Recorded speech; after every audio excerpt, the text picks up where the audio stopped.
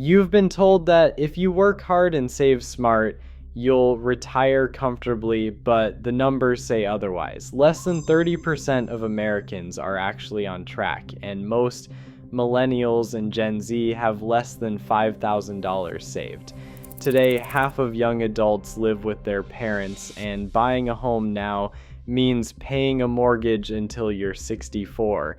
If the retirement dream is broken for almost everyone, what invisible forces are rewriting the rules, and could you ever escape them?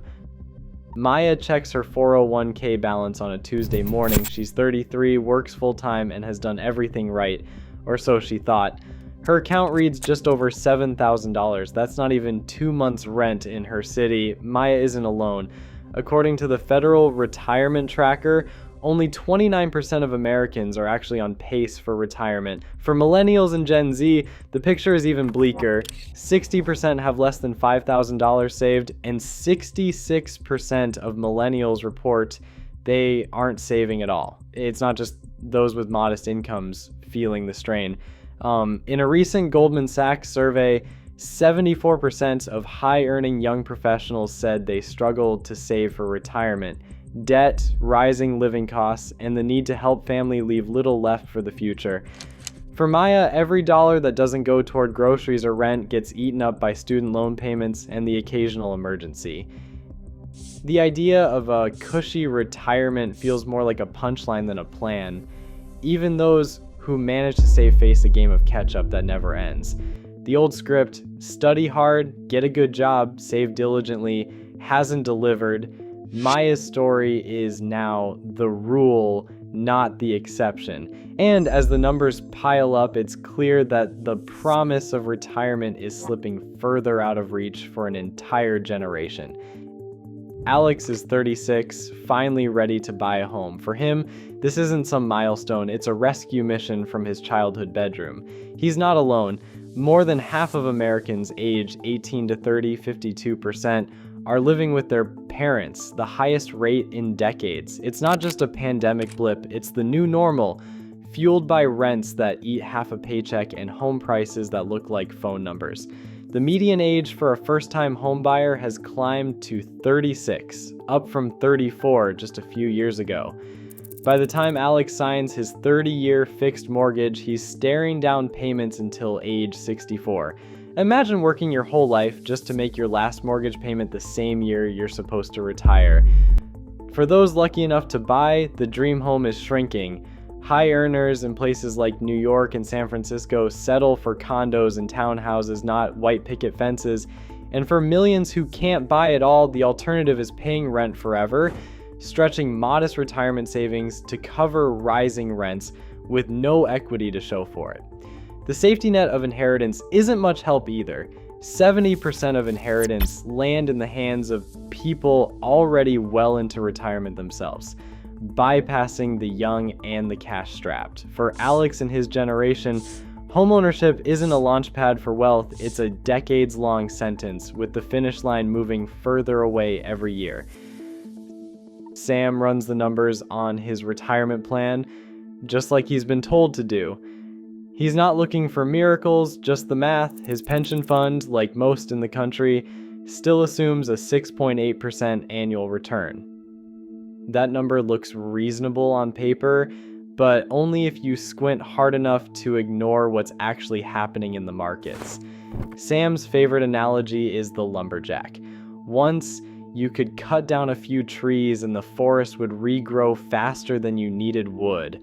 But over time, the easy trees disappeared. Now you're left swinging your axe at stumps, hoping for a miracle sprout.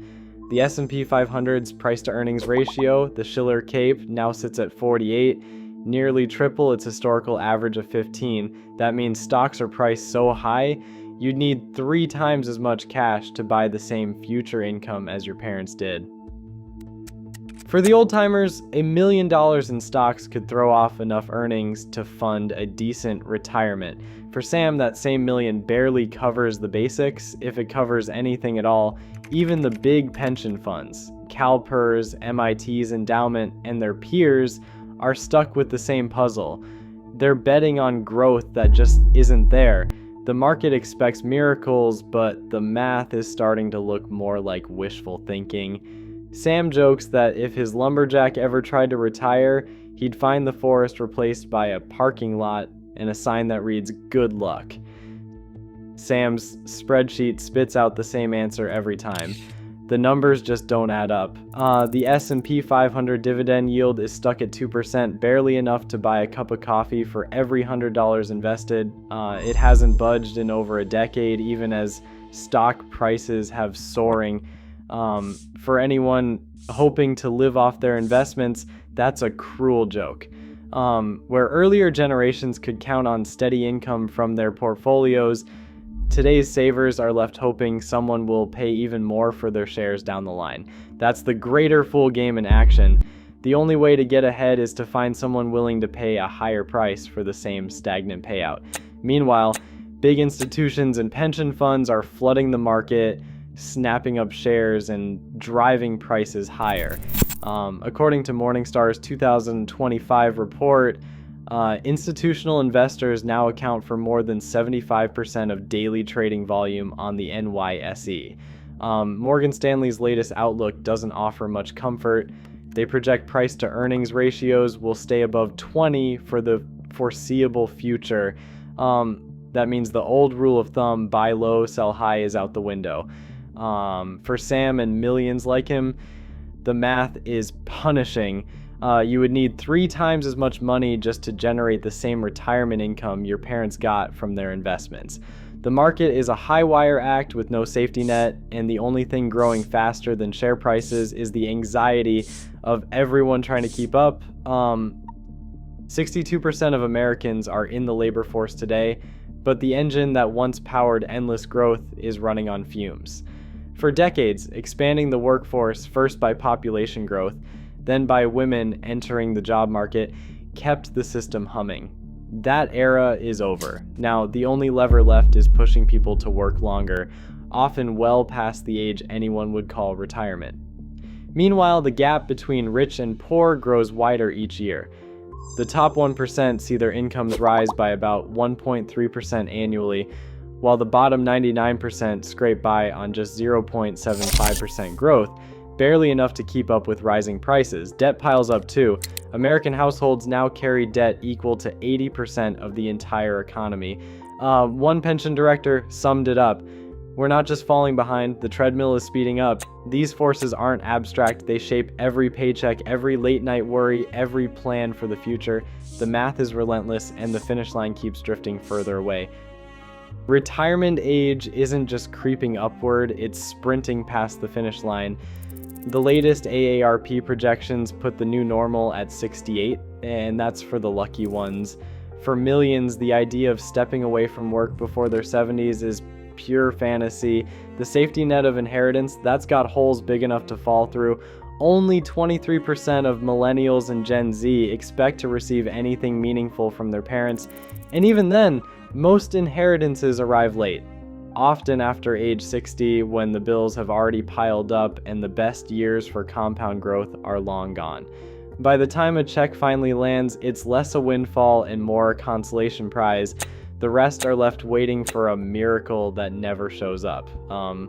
For this generation, the golden years look a lot more like an endless layover, delayed, crowded, and overpriced with no guarantee the plane will ever take off. If you're planning to retire early, you might want to start buying lottery tickets instead. Today, retirement looks less like a finish line and more like a moving target. Nearly 70% of young workers aren't on track, and the system isn't slowing down to wait. The question isn't if the rules will change, it's who gets left behind when they do. Share your thoughts below.